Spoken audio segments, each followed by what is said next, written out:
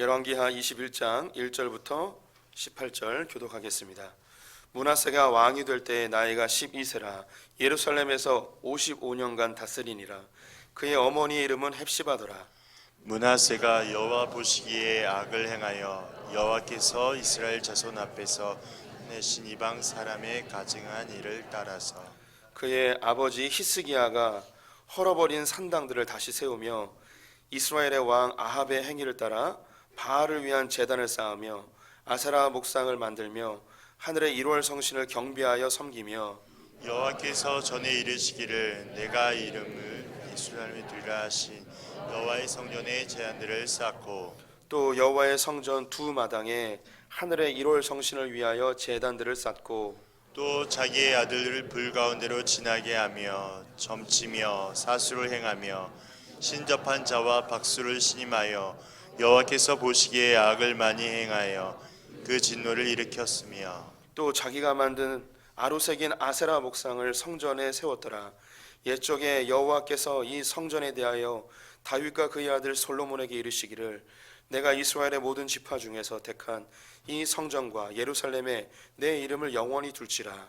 만일 이스라엘이 나의 모든 명령과 나의 종 모세가 명령한 모든 율법을 지켜 행하며 내가 그들의 발로 다시는 그의 조상들에게 준 땅에서 떠나가지 아니라 하셨으나 이 백성이 듣지 아니하였고 므낫세의 꾀을 받고 악을 행한 것이 여호와께서 이스라엘 자손 앞에 멸하신 여러 민족보다 더 심하였더라. 여호와께서 그의 종 모든 선지자들을 통하여 말씀하여 이르시되 유다 왕 므낫세가 이 가증한 일과 악을 행함이 그 전에 있던 아모리 사람들의 행위보다 더욱 심하였고 또 그들의 우상으로 유다를 범죄하게 하였도다. 그러므로 이스라엘의 하나님 여호와가 말하노니 내가 이제 예루살렘과 유다의 재앙을 내리리니 듣는 자마다 두 귀가 울리리라. 내가 사마리아를 잰 줄과 아합의 집을 달인 보던 추를 예루살렘에 베풀고 또 사람이 그릇을 씻어 엎음같이 예루살렘을 씻어 버릴지라. 내가 나의 기업에서 남은 자들을 버려 그들의 원수의 손에 넘긴즉 그들이 모든 원수에게 노략거리와 겁탈거리가 되리니 이는 애굽에서 나온 그의 조상 때부터 오늘까지 내가 보기에 악을 행하여 나의 진노를 일으켰음이니라 하셨더라. 므낫세가 유다에게 범죄하여 여호와께서 보시기에 악을 행한 것 외에도 또 무죄한 자의 피를 심히 많이 흘려 예루살렘 이 끝에서 저 끝까지 가득하게 하였더라. 므낫세의 남은 사적과 그가 행한 모든 일과 범한 죄는 유다 왕 역대지략에 기록되지 아니하였느냐. 므낫세가 그의 조상들과 함께 잠에 그의 궁궐 동산 곧 우사의 동산에 장사되고 그의 아들 아몬이 대신하여 왕이 되니라. 아멘. 오늘도 주님의 보좌 앞으로 나오신 성도님들에게 하나님의 은혜와 평강이 함께 하시기를 축원드립니다. 옆 사람에게 반갑게 인사하겠습니다. 하나님 당신 편이십니다. 감사합니다. 우리는 여호와께 쌓은 제단이라는 주제 가지고 말씀 나누고 있습니다. 오늘은 그 11번째 시간인데요. 다음 주가 끝입니다. 11번째 시간으로 므낫세가 쌓은 제단에 대해서 함께 살펴보도록 하겠습니다. 지난주에 여로보암에 대해서 보았는데요. 오늘 또 므낫세라는 새로운 사람이 등장했습니다. 또 므낫세는 누군가 이렇게 고민하는 분들이 있는데 이 므낫세도 왕입니다. 지난주에 여로보암에 대해서 우리 함께 보았는데 여로보암은 북이스라엘의 첫 번째 왕이었던 것을 기억하시죠. 솔로몬이 죽은 이후에 이스라엘이 남과 북으로 나뉘어지게 되었는데요. 남쪽은 솔로몬의 아들 르호보암이 왕이 되어졌고 북쪽은 군대 지휘관이었던 여로보암이 왕위에 오르게 되었습니다. 여로보암과 르호보암은 아무 상관이 없습니다. 형제가 아니에요.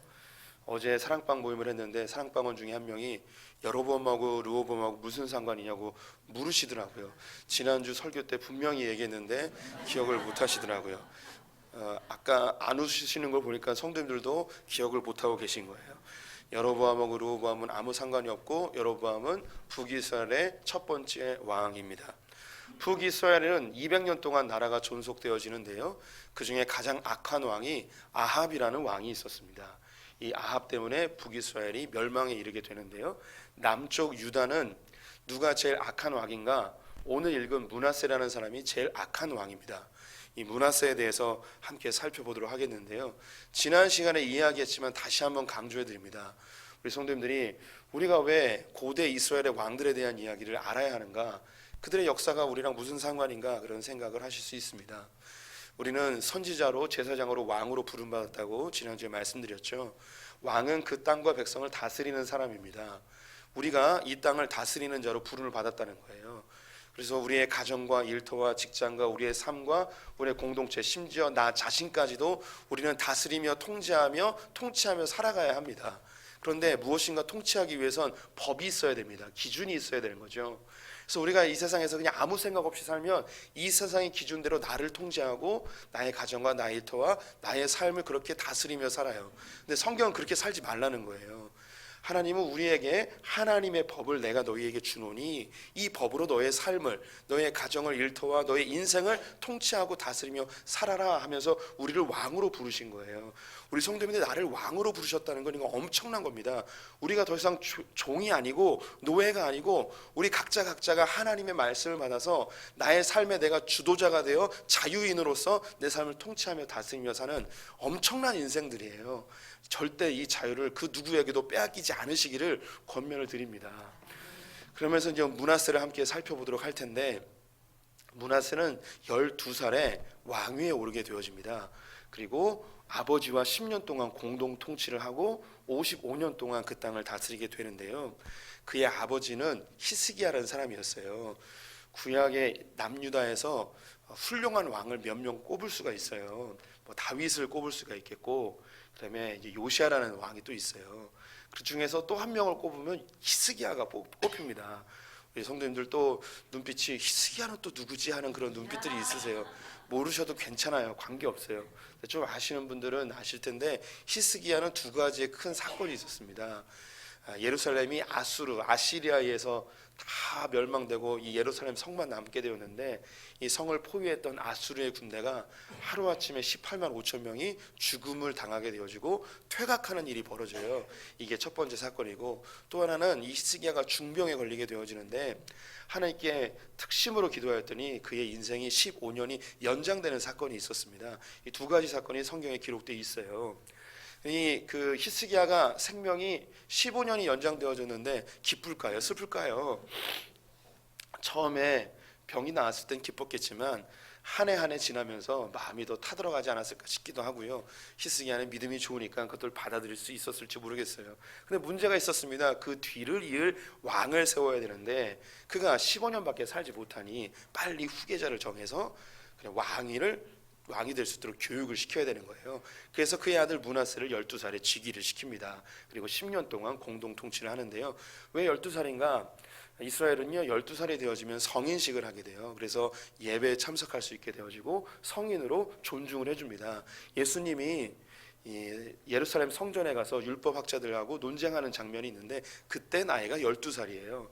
왜냐하면 그가 성인식이 하고 이제 예루살렘 성전에서 그의 아버지와 함께 예배드릴 수 있는 그런 자격이 주어졌기 때문입니다.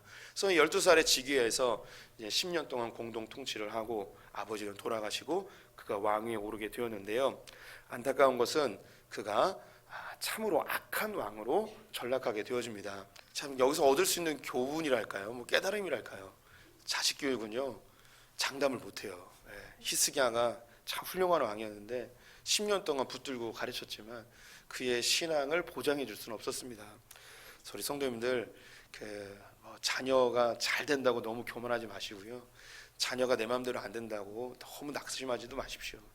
자녀는 어떻게 될지 몰라요. 50년 동안 부모에게 효도하다가 갑자기 51년째 살인자로 변하기도 해요. 60년 동안 개판치다가 61년째부터 부모를 극진히 섬기는 그런 자식들도 있어요. 참 이게 인생을 알 수가 없어요. 우리가 할 수 있는 것은 내 힘으로 안 되니 주님 내 자녀에게 은혜를 베풀어 주십시오라는 그런 고백밖에 할 수 없는 것 같습니다. 히스기야는 너무 멋진 왕이었는데 그의 아들은 참혹한 범죄를 하게 되었습니다. 성경에서는 그의 말로에 대해서 이렇게 평가를 하고 있네요. 18절 말씀을 같이 한번 읽어보겠습니다. 므낫세가 그의 조상들과 함께 잠에 그의 궁궐 동산 곧 우사의 동산에 장사되고 그의 아들 아몬이 대신하여 왕이 되니라. 아멘. 이스라엘의 왕들을 평가할 때에 그가 어디에 장사되느냐가 그의 마지막 평가입니다. 그래서 다윗의 묘실에 들어가면 그는 좋은 왕이에요. 그리고 다윗의 묘실에 들어가지 못하면 그는 악한 왕이 되어집니다. 그건 누가 결정하느냐? 그 밑에 있는 사람들이 결정하는 거죠. 이 사람은 다윗의 길을 쫓지 않았기 때문에 다윗의 묘실에 들어갈 수 없는 거예요. 우리의 언어로 표현하자면 구원의 반열에 이르지 못한 거예요. 구원에 동참하지 못한 거죠. 이 므낫세는 오늘 이제 본문을 보게 될 텐데 정말 열심히 종교 생활했어요.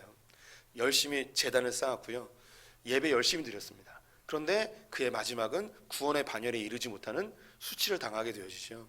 우리 성도님들이 매주일마다 예배드리고 하나님께 헌신했는데 맨 마지막에 하나님의 구원에 동참하지 못하고 그 반열에 이르지 못하여진다면 얼마나 수치스러운 인생이겠습니까? 우리는 어쩌면 이 므낫세처럼 열심히 예배드릴 수 있어요. 열심히 이 므낫세처럼 하나님 앞에 종교 행위할 수 있습니다. 근데 마지막에 하나님께 인정받지 못하는 인생이라면 얼마나 슬플까요? 이 므낫세가 왜 하나님께 인정받지 못하는 구원의 반열에 이르지 못하는 그런 왕이 됐는지 그의 실수를 세 가지로 정리해서 한번 나눠보도록 하겠습니다. 그 첫 번째 우리 3절과 5절 말씀 3절에서 5절 말씀 같이 한번 읽어보도록 하겠습니다. 그의 아버지 히스기야가 헐어버린 산당들을 다시 세우며 이스라엘의 왕 아합의 행위를 따라 바알을 위하여 제단을 쌓으며 아세라 목상을 만들며 하늘의 1월 성신을 경배하여 섬기며 여호와께서 전에 이르시기를 내가 내 이름을 예루살렘에 두리라 하신 여호와의 성전에 제단들을 쌓고 또 여호와의 성전 두 마당에 하늘의 1월 성신을 위하여 제단을 쌓고. 예, 므낫세가 제단을 엄청 많이 쌓습니다. 그의 아버지 히스기야가 헐어버린 산당들을 다시 세우고 거기에 바알을 위하여 제단을 쌓았습니다. 또 예루살렘 성전에 우상 신들을 위한 제단들을 쌓았고요. 또 예루살렘 두 마당에 1월 성신 해달별을 위한 제단들을 쌓았습니다. 성경에서 제단을 이렇게 많이 쌓은 왕이 없습니다. 그의 종교심이라면 그 누구에게도 뒤지지 않는 아주 특심 있는 사람이죠. 다시 말해 예배를 정말 열심히 드린 거예요. 산당에서도 드리고 성전에서도 드리고 각종 제단들을 다 쌓은 거죠. 우리 성도님들이 성경에 읽을 때에 이스라엘 백성들이 우상 숭배를 하잖아요. 그런데 우상 숭배만 한 게 아니에요. 하나님도 섬기고 또 우상에게도 절을 하는 거예요. 또 제사를 지내는 거예요. 하나님도 섬기고 우상들도 섬기고 이 두 가지를 같이 하고 있었던 것입니다. 그런데 이 우상의 제단을 성전에까지 가지고 들어와 제단들을 세우고 열심히 예배, 종교 행위를 하고 있었던 것이죠. 우리 성도님들, 이 므낫세는 정말 예배를 열심히 드리는 사람입니다. 우리 성도님들도 예배를 오늘 드리러 왔는데요. 우리만 예배 드리는 건 아니에요, 사실. 이 세상에 있는 모든 사람들은 각자 무엇인가를 예배하고 있습니다. 종교인이 아니어도 예배를 하고 있어요.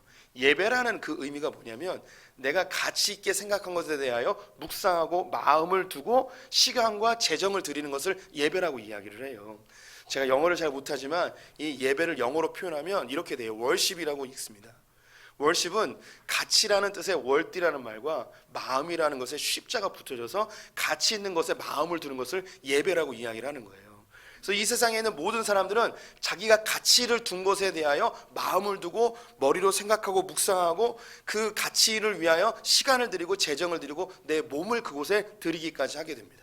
인생의 방향의 목표를 내가 가치를 두고 있는 것에 향하게 되어져 있죠. 그래서 이 세상의 모든 사람들은 다 무엇인가를 예배하고 있습니다.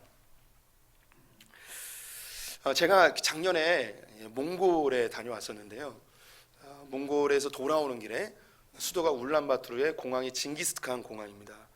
떠나기 전에 몇 시간 전에 이제 문자가 왔어요. 기상 악화로 비행기가 연착되었으니 몇 시까지 와라 이렇게 문자가 왔습니다.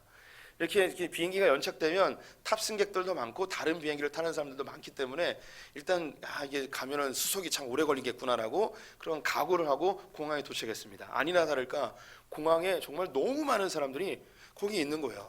이 사람 언제 다 수속하나. 내가 차라리 그냥 제일 늦게 다 들어간 다음에 수속을 해야겠다라는 생각을 가지고 느긋하게 공항을 이리저리 방황하며 있었습니다. 그래서 이 탑승 시간이 가까워할 즈음에 이제 수속을 하러 갔는데 거기 있는 그 구름대 같은 사람들이 아무도 공항 안으로 들어가지 않는 거예요. 그래서 이 사람들이 왜 안 들어가나, 다른 비행기를 기다리나, 이렇게 많은 사람들이 왜 안 들어가지? 그래서 이 수속하는 창구는 너무 텅텅 비어 있고 제가 들어가려고 하는데 여기는 이 구름대 같은 사람들이 이 가방과 주머니에서 뭘 자꾸 꺼내는 거예요. 종이를 꺼내고 도화지를 꺼내고 무슨 천조가리를 꺼내는 거예요. 봤더니 뭐라고 쓰여 있었어요. 뭐라고 쓰여 있었냐면 트와이스 forever, 사랑해요 트와이스, 뭐 이렇게 쓰여 있는 거예요. 예, 그 걸그룹 아시죠? 예, 예, 트와이스를 그 몽골에 온 거예요. 그래서 트와이스가 몽골에 왔나 보다라고 해서 얘네들이 잘못 알고 그냥 막연하게 기다리는 거 아닌가? 그래서 검색을 해봤더니 이 없는 거예요. 이 그 트와이스가 몽골에 왔다는 게. 그런데 거기 기다리는데 트와이스가 온 거예요.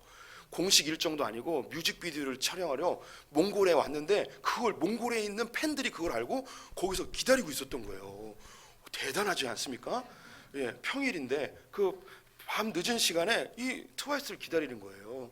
자기의 시간을 들였죠, 재정을 들였죠, 자기의 몸을 들였죠. 모든 관심 사항이 트와이스가 언제 오는지, 어딜 가는지, 몽골에 오는 걸 다 한국에 있는 사이트를 보고 어떻게 보면 소식통을 통해서 다 알게 된 거 아니에요. 대단하다 생각했어요. 우리 성도님들 놀라지 마십시오. 제가 트와이스랑 같은 비행기를 타고 한국에 왔습니다. 네, 트와이스의 정연을 보았습니다. 근데 제가 한국에 와서 더 깜짝 놀랄 일을 경험하게 됐습니다. 제가 도착한 게 3시인가 4시인가 됐어요. 새벽 공항에 갔는데 그와 비슷한 무리의 사람들이 한국 공항에 모여 있는 거예요. 한국 팬들이. 그런데 저는 처음에 기자인 줄 알았어요. 보통 한 1,000만 원짜리 카메라를 들고 대기하고 있는 거예요. 입국장에, 출국장에서 나오는 것부터 사진을 찍어대는데 와, 저는 대단하다 생각했습니다. 그들 역시 트와이스의 스케줄을 다 알고 거기까지 찾아온 거예요. 새벽 시간에. 와, 미쳤어요. 네, 미쳤어요. 진짜 미쳤어요. 뭐 그들 뿐이겠습니까? 요즘 최고의 인기를 달리는 BTS를 만나기 위해서 학교를 결석하고 콘서트장에 가고 제일 좋은 자리에서 앞에서 보기 위하여 그 2박 3일 3박 4일 동안 텐트에서 자고 있는 우리 학생들을 볼 수 있습니다. 저는 알아요. 이 친구들이 한 10년쯤 지나면 이 아이돌 그룹들을, 연예인들을 따라다니지 않고 돈을 따라다닐 것과 그리고 남자친구나 여자친구를 쫓아다닐 것을 알아요. 이게 바로 예배하는 거예요. 예배. 나의 시간과 관심과 열정과 나의 재정과 나의 육체를 들여서 내가 가치 있다고 생각하는 것에 나를 투자하는 것, 이것을 예배라고 이야기해요. 그래서 사람들은 연예인이기도 하고 돈이기도 하고 성공이기도 하고 쾌락이기도 하고 어떤 사람에 대한 특정한 사랑일 때도 있어요. 이런 것들은 우리는 예배를 다 하고 있습니다. 오늘 므낫세가 열심히 예배했어요. 자기의 삶 전체를 예배를 드리는 데 사용하였습니다. 그런데 이 예배는 하나님과 아무 관계없는 내가 가치 있다고 생각한 것에 투자한 예배였죠. 우리 성도님들, 이 므낫세는요 잘못된 예배를 드렸어요. 그 누구보다도, 구약에 나와 있는 그 어떤 사람보다도 정말 열심히 제단을 쌓았습니다. 하나님과 아무 관계없는 제단을 쌓은 것이죠. 우리 성도님들이 오늘 설교를 들으면서 내가 하나님께 매주일마다 예배를 드리고 혹은 일주일에 여러 차례 예배를 드리고 있는데 내가 무엇에 예배를 드리고 있는가, 내 마음은 어디에 있는가를 살펴볼 필요가 있습니다. 이 예배당에 나와 있지만 나의 마음과 관심과 나의 시간과 나의 재정을 어디에 투입하고 있는가, 내가 혹시 하나님 아닌 다른 것을 예배하고 있지 않은가 점검해 볼 필요가 있습니다. 이 므낫세가 하나님 앞에 악행하였던 두 번째는 6절 말씀에 있습니다. 6절 말씀을 같이 읽어보겠습니다. 또 자기의 아들을 불 가운데로 지나게 하며 점치며 사수를 행하며 신접한 자와 박수를 신임하여 여호와께서 보시기에 악을 많이 행하여 그 진노를 일으켰으며.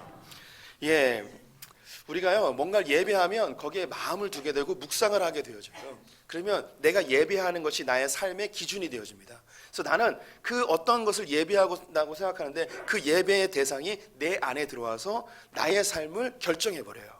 나를 조종해요. 그래서 무엇인가 선택하고 결정할 때 내가 가치 있게 생각하는 것을 선택하게 되거든요.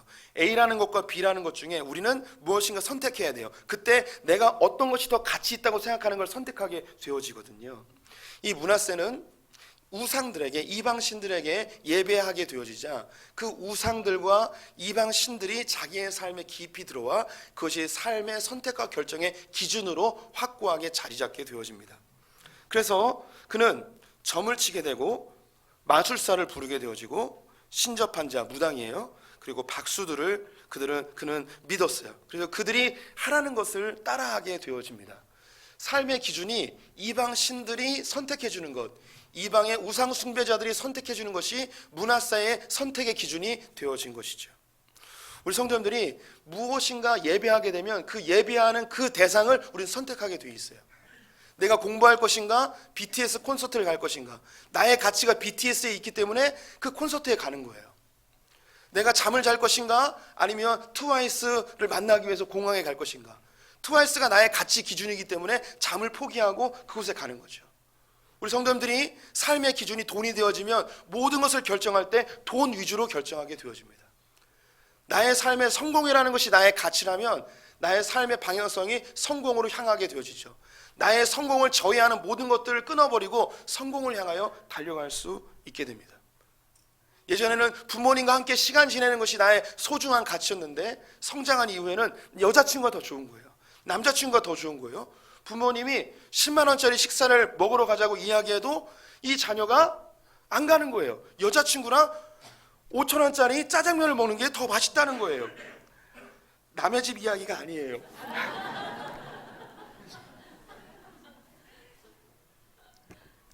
이게 가치 기준이 달라지는 거예요.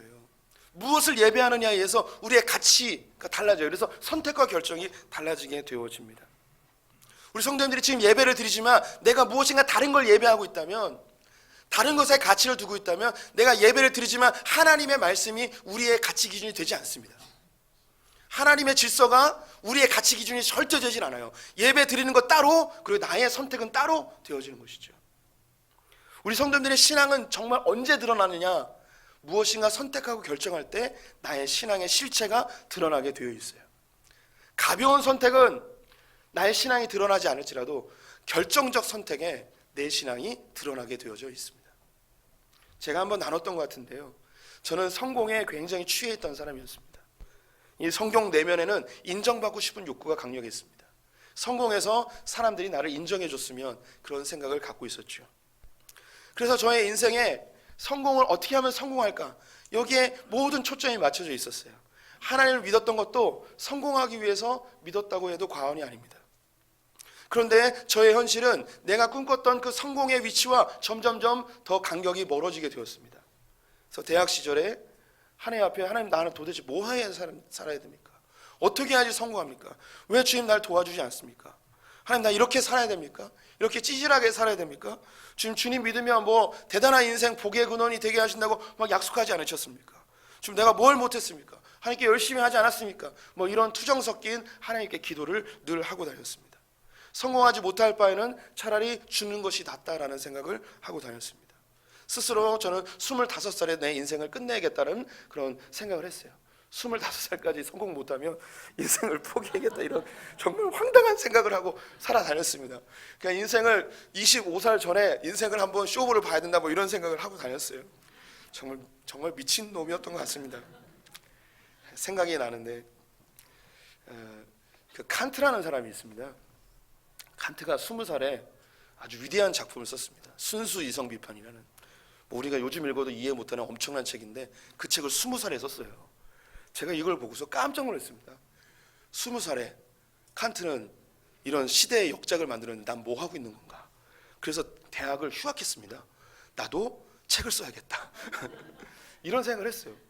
정말 뭔가 내 이름을 날리기 위해서, 사람들에게 인정받고 성공하기 위해서 뭔가 이렇게 그 25살 이전에 뭔가 해야 된다는 그런 강박관념이 저는 너무 강력했어요. 그런데 어느 날 예배의 자리가 있었는데, 예배를 마치고 개인 기도하는 시간이었는데, 그런 깊은 고민 속에서 있다가 하나님이 저에게 내적인 음성을 들려주셨어요. 창현아, 내가 너에게 구원을 줄 테니까 평생 청소부로 살면 어떻겠니? 라고 이야기하시는 거예요.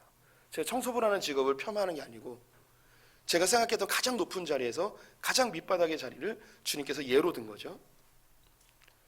창현아, 내가 너에게 구원을 줄 테니까 너 평생 청소부로 살지 않겠니? 여기서 청소부로 산다는 거, 너 성공 포기하지 않겠니? 이런 의미예요. 우리 성도님들에게 물어볼게요. 하나님께서 우리 성도님들에게 누구누구야, 내가 너에게 영생을 줄 테니까 평생 너의 집 하나 없이 살아볼래?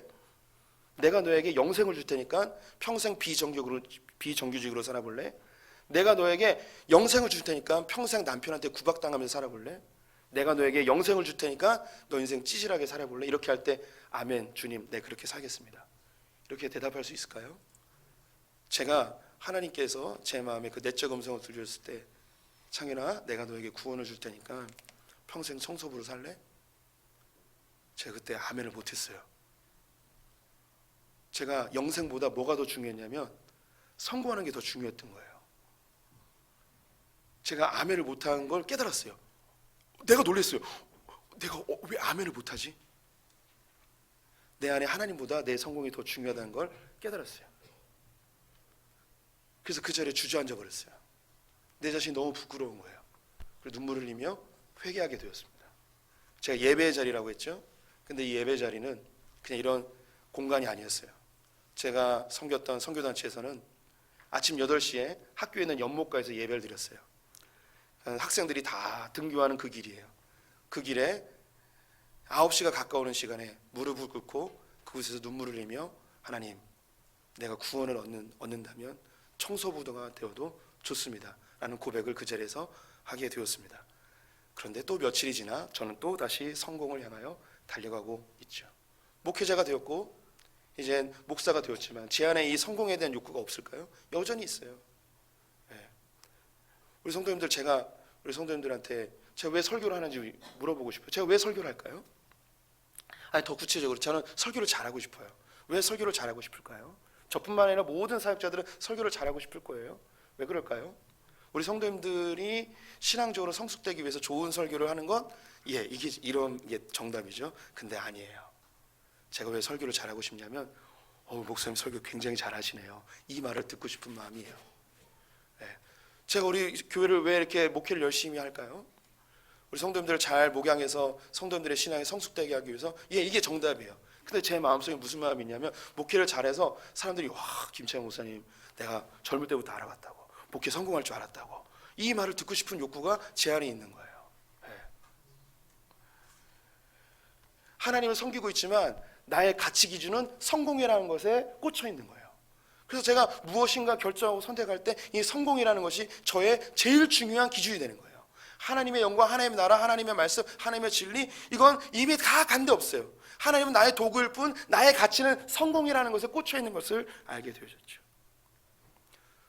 우리가 하나님께 예배드리고 있지만 므낫세와 크게 다르지 않은 그런 열심히 있는 재단을 쌓고 있지만 크게 다르지 않는 그런 사람의 가능성이 매우 높게 되어지죠. 하나님께서 여기까지는 그래도 인정해줘요. 여기까지는 그래도 하나님이 용서해 줄 수 있어요. 제가 이렇게 설교를 열심히 준비하는 거 설교 잘한다고 칭찬받기 위해서 설교하는 거 주님 이 정도 이해해 주세요. 저뿐만 아니라 모든 사역자가 다 똑같거든요. 목회를 잘해서 성공하는 목회자 되고 싶은 거 하나님 그거 다 이해해 주세요. 다 이해해 주세요.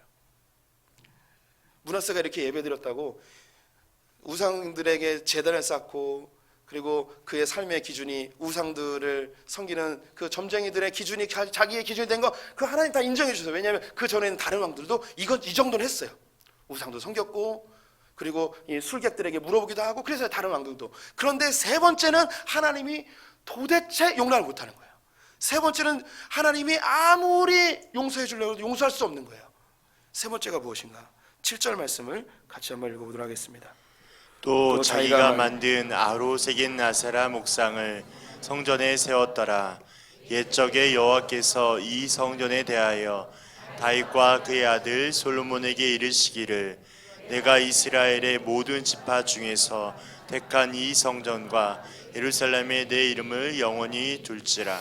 예, 이 므낫세가 했던 마지막 세 번째 큰 잘못은 뭐냐면 성전에 우상을 가지고 들어와 버렸어요.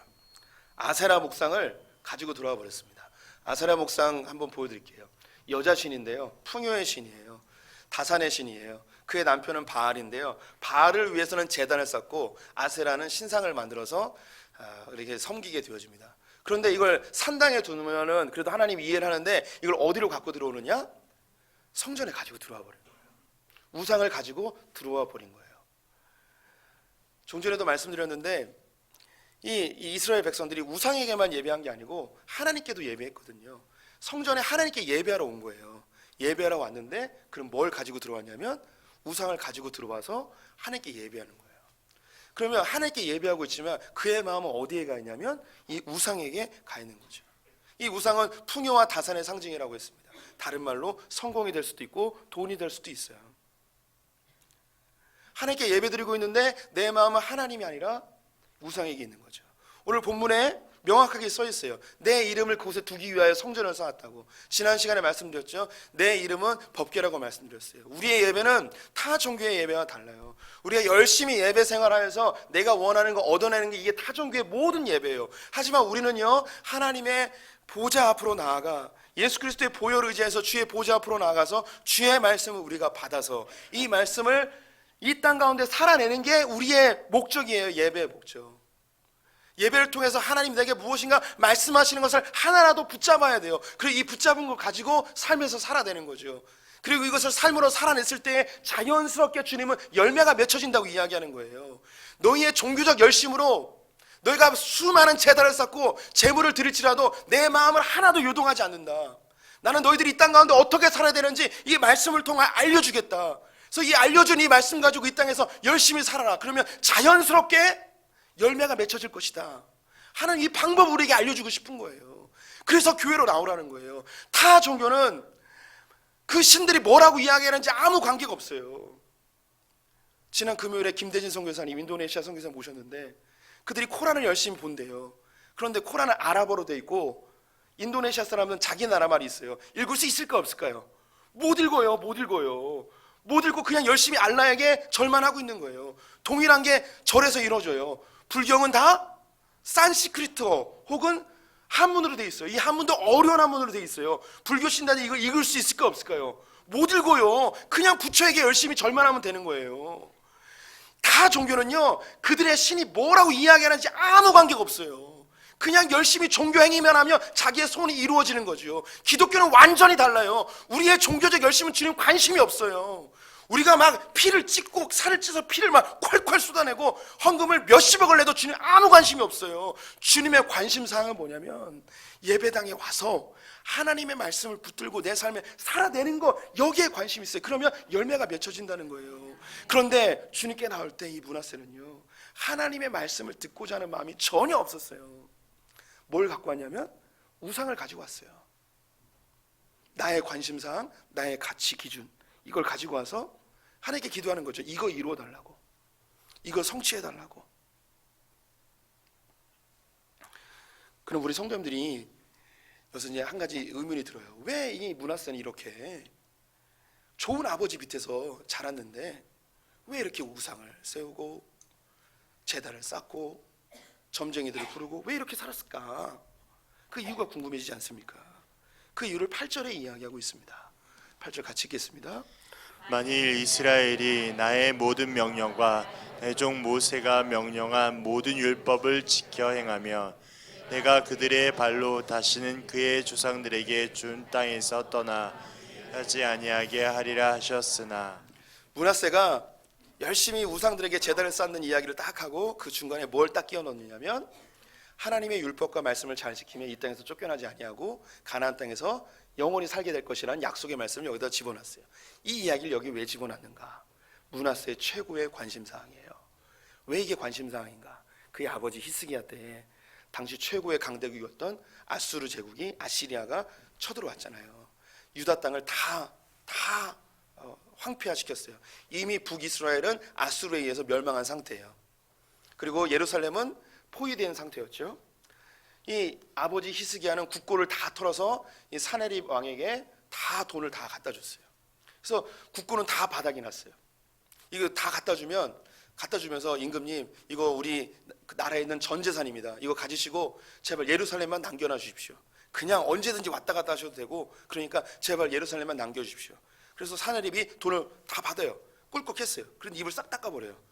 그래서 안심하고 가라고 그랬는데 군대를 다 동원해가지고 예루살렘 포위해버립니다. 그래서 그들을 멸망시키려고. 근데 하나님께서 히스기야가 열심히 기도했더니 역사적 자료에 의하면 쥐가 전염병을 이렇게 옮긴 것 같아요. 그래서 이 18만 5천 명이 한순간에 다 죽어버립니다. 그래서 군대를 다 잃어버린 사네립은 퇴각을 하게 되어지고 이 예루살렘 성은 멸망하지 않게 되어지죠. 그런데 문제는 뭐냐? 국고가 없는 거예요. 나라는 황폐해지고요. 그리고 아수르는 망했냐? 안 망했어요. 강대하게 그대로 있는 거예요. 므낫세가 그 나라를 물려받았습니다. 어떻겠습니까? 이거 자칫 잘못하면요, 나라 다 망하는 거예요. 애굽이 강성해지고 아수르가 점점 강성해지고 그 사이에 껴서 나라 다 망하는 거예요. 이 므낫세의 최고의 관심사항은 망하지 않는 거예요. 나라를 빼앗기지 않는 거예요. 이게 최고의 관심사항이에요. 그래서 자기 아버지가 하나님께 열심히 기도하고 열심히 하나님을 섬겼는데 나라가 이 꼬라가지가 된 거예요. 그래서 이 므낫세가 선택한 건 뭐냐면, 다른 강한 나라들이 무슨 신을 섬기는가 그걸 보고 다른 방법으로 사는 거죠. 다시 말해, 우리 성도님들의 부모님이 신앙 좋은 부모님이었어요. 그런데 교회는 열심히 섬겼는데 지질이 가난하게 산 거예요. 우리 성도님들이 신앙은 물려받았어요. 교회는 다녀요. 근데 우리 성도님들이 그 아버지처럼 어머니처럼 교회만 섬기며 그렇게 지질이 가난하게 살 각오가 돼 있습니까? 아니죠. 나는 아버지처럼 안 살아 하면서 이 세상에서 부유해질 수 있는 그 노하우들을 다 습득하여서 어떻게 해야든 부자가 되고 싶죠. 신앙은 있어요. 그러면 뭐라고 이야기하겠습니까? 하나님 나 부유하게 해주세요. 그런데 이 부유해질 수 있는 방법은 뭐를 사용하는가? 이 세상의 방법들을 사용하고 있는 거예요. 지금 이 상황인 거예요. 그의 모든 관심사항은 망하지 않는 거예요. 죽지 않는 거예요. 하나님은 그건 이야기하죠. 하나님의 말씀과 율법대로 행하게 되어지면 너희들은 이 땅에서 쫓겨나지 아니하고 유리하지 아니하고 영원히 살게 될 것이다 라고 하나님이 말씀하셨지만 그 말씀은 관심이 없는 거예요. 망하지 않는 거죠. 우리 성도님들, 우리가 우상숭배 그러면 뭐 집에 신두짠지 모셔놓고 부처에게 절을 하고 이 정도 우상을 생각하는 분들이 있습니다. 근데 교회 나온 정도면 이 정도는 다 해결하신 분들이에요. 우상숭배 하지 않는 분들이죠. 우리 성도님들에게 우상숭배 정도라면 명절날 조상님에게 절을 하느냐 안 하느냐 이 정도가 우상숭배 정도 될 거예요. 하지만 진짜 우상은 그게 아니에요. 우리 성도님들이 우상이 무엇인지 구분할 수 있는 몇 가지 방법이 있는데, 제일 좋은 방법은 뭐냐면, 내게 있는 것 중에 없어지면 너무나 괴로운 거, 이게 없어질까 봐 너무 두려운 거, 이게 이루어지지 않으면 너무너무 두려운 거, 내가 돈이 있는데 돈이 없어지면 너무너무 두려운 거, 못 견디는 거, 어떻게 할까? 혹은 내 자녀가 내 우상이 될 때가 있습니다. 자녀가 어떻게 되면 난 어떻게 살지? 때로는 건강이 자기 우상이 될 때가 있습니다. 병 걸리면 어떡하지? 이 일이 벌어지면 못 견디는 너무너무 두려운 것, 그게 우리의 우상이에요. 그래서 우리 성도님들이 교회에 올 때 이 우상을 가지고 와요. 그래서 하나님께 기도하죠. 이거 해결해 달라고. 내 건강 해결해주고 자식 해결해주고 어떤 문제도 일어나지 않냐고, 돈 벌게 해주고 망하지 않게 해주고 죽지 않게 해주고, 이 우상을 다 가지고 오죠. 이 안에 뭐가 없는가? 하나님에 대한 신뢰가 없어요. 하나님이 슬퍼하시죠. 내가 널 위해 가장 좋은 것들을 준비하는데 너는 왜 나를 신뢰하지 못하니? 하나님이 이용하는 거예요. 내 두려움을 없애기 위해서. 우리가요, 이 두려움에 휩싸이게 되어지면 사단이 이 두려움을 이용해서 우리를 조종하는데요, 종살이하게 하는데, 이 두려움이 생기게 되어지면 사람이 어떻게 변하냐면 자기 보호 본능이 강력해져요. 빼앗기면 안 되거든요. 그리고 이걸 누군가 빼앗으려 하면 그 사람은 포악하게 변하게 됩니다. 16절 말씀 같이 읽어보겠습니다. 므낫세가 유다에게 범죄하게 하여 여호와께서 보시기에 악을 행한 것 외에도 또 무죄한 자의 피를 심히 많이 흘려 예루살렘 이 끝에서 저 끝까지 가득하게 하였더라. 므낫세가 무죄한 자의 피를 심히 많이 흘렸대요. 왜 그랬을까요? 자기의 나라를 세워야 되는 거예요. 망하면 안 되는 거예요. 그래서 자기에게 조금만 반대를 해도 이 사람을 죽여버리는 거예요. 보호 본능이 아주 강력하게, 이 나라는 망하면 안 돼. 이 위태로운 나라를 반드시 성공시켜야 돼. 누군가 조금만 자기에게 위해를 가하면 포악해지는 거예요. 우리 성도님들이 내가 가치 있게 생각하는 어떤 게 있어요. 돈이라고 예를 들어 볼게요. 이 돈이 너무 가치 있어요. 근데 누군가 나의 이 돈을 뺏어가려 해요. 조금만 손해를 끼치면 이 보호 본능이 강력하게 발동돼서 나에게 조금만 손해를 끼쳐도 가서 죽여버리는 게 우리예요. 심지어 우리는 하나님도 죽일 수 있습니다. 내가 정말 소중하게 생각하는 것. 우리 성도님들이 자녀라고 예를 들어볼게요. 내 자녀가 너무너무 소중해요. 자녀가 없어지면 너무너무 끔찍해요. 상상할 수도 없어요. 그런데 하나님이 내 자녀에게 병이 걸리게 했어요. 사고로 죽게 했어요. 그럼 이때 나의 보호 본능이 강력하게 발동되어져요. 그래서 하나님 어떻게 이럴 수 있습니까? 이 나의 두려움이 발동된 거예요. 그럼 우리는 어떻게 하느냐? 나의 것을 가져가 버린 하나님의 손모가지를 잘라버립니다. 하나님의 목을 쳐버립니다. 하나님을 죽여버리죠. 나의 가장 가치 있는 걸 빼앗아간 하나님, 이 하나님도 죽일 수 있는 게 우리예요. 이게 우상 숭배자들에게 나타나는 거죠. 저에게 가장 큰 우상은 뭘까요?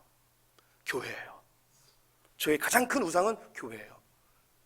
많은 목사님들이 자기 교회를 열심히 세웠어요. 근데 교회에 흐트러지는 모습, 교회에 조그만 해가 되어지고 누군가 교회를 혼란스럽게 하고 교회에 위해를 끼치면 이 목사님이 보호 본능이 확 일어납니다. 그리고 그 다음에 어떻게 되느냐? 폭력적으로 바뀌어요. 그래서 성도를 저주합니다. 그리고 성도들을 쫓아냅니다. 성도를 죽여버리죠. 떠나서도 욕을 합니다. 저 사람 언젠가는 하나님이 징계할 거라고. 내가 두 눈 똑바로 뜨고 하나님이 어떻게 벌 주는지 볼 거라고 하며 그 입술에서, 목자의 입에서 악이 쏟아져 나오죠. 왜 그럴까요? 그 사람의 목표는 교회를 성공하는 우상으로 바뀌어 버린 거예요. 하나님을 섬기고 있지만 그 삶에 포악성이 나오게 되어지죠. 사단은요, 우리에게 두려움을 이용하여서 우리의 보호 본능을 자극하여 우리를 포악하게 만들어 버립니다. 그리고 하나님의 이름을 들먹이게 하고 결국 우리는 구원의 반열에 이르지 못하는 처참함에 빠지게 되어지는 것이죠. 이 므낫세는 저의 모습이고 바로 우리 성도님들의 모습입니다. 이 모습을 예수 그리스도께서 만천하에 드러내셨습니다. 가장 종교적이라고 얘기했던 바리새인들과 서기관과 율법학자, 대제사장들에게 그들이 하나님의 이름을 부르고 있지만 그들은 우상을 가지고 성전에 들어왔습니다. 그들의 목표는 뭐였냐? 이 땅에서 잘 먹고 잘 사는 거였어요. 그런데 예수님이 이걸 드러내버리죠. 그래서 자신들이 생각했던 그 율법을 잘 알고 있다는 것과 장로들의 전통들을 다 필요 없고 이건 쓸데없는 거고 다 무너져야 되는 것이라고 예수가 이야기하자 자기들의 보호 본능이 일어나고 그 예수의 손모가지를 잘라버리고 그의 목을 쳐버리고 십자가에 내걸어 버리죠. 우리는 똑같이 바리새인들이고 종교 지도자들입니다. 우리 성도님들, 하나님을 신뢰하십시오. 우리가 예배드리는 이유는 하나님에 대한 신뢰의 표현입니다. 하나님은 우리를 가장 잘 아시는 분입니다. 우리 위한 가장 좋은 것들을 준비해 놓으신 분이십니다. 내가 생각하는 것 빼앗길 수도 있습니다. 내가 원하는 대로 되지 않을 수도 있습니다. 제가 예를 든 것처럼 우리가 처참하게 평생 집 한 채 얻지 못하고 살 수도 있습니다. 내가 소중하게 생각한 것을 다 잃어버릴 수도 있습니다. 하지만 성도님들, 명심하십시오. 하나님은 선하십니다. 하나님 우리를 위하여 가장 좋은 것을 예비해 두셨습니다. 푸른 초장과 맑은 물가로 반드시 우리를 인도하셔서 모든 것을 합력하여 선으로 바꾸시는 그 하나님, 사단에게 두려움으로 종노릇하지 마십시오. 디모데후서 1장 3절 말씀, 7절 말씀 같이 읽겠습니다. 하나님이 우리에게 주신 것은 두려운 마음이 아니요 오직 능력과 사랑과 절제하는 마음이니. 기도하겠습니다. 하나님, 우리가 므낫세입니다. 하나님께 예배드리고 있지만 우상을 끄집어 가지고 들어왔습니다. 하나님을 이용해서 내가 가치 있게 생각하는 것을 이루려고 하나님을 이용하는 자들임을 고백합니다. 하지만 하나님은 신실하십니다. 우리를 향한 하나님의 약속은 영원하십니다. 자기 아들을 아끼지 아니하신 분께서 이 모든 것들을 우리에게 더하신다고 약속하신 분이십니다. 우리가 사망의 음침한 골짜기를 다닐지라도 하나님께서 우리에게 가장 좋은 것을 인도하심을 신뢰합니다. 내가 원하는 대로 되지 아니할지라도, 그리 아니하실지라도 하나님께서 우리에게 가장 좋은 길로 인도하심을 신뢰합니다. 하나님, 두려워하지 아니하고 주님만 바라보는 자들 되게 하여 주시옵소서. 예수님의 이름으로 기도드렸습니다. 아멘.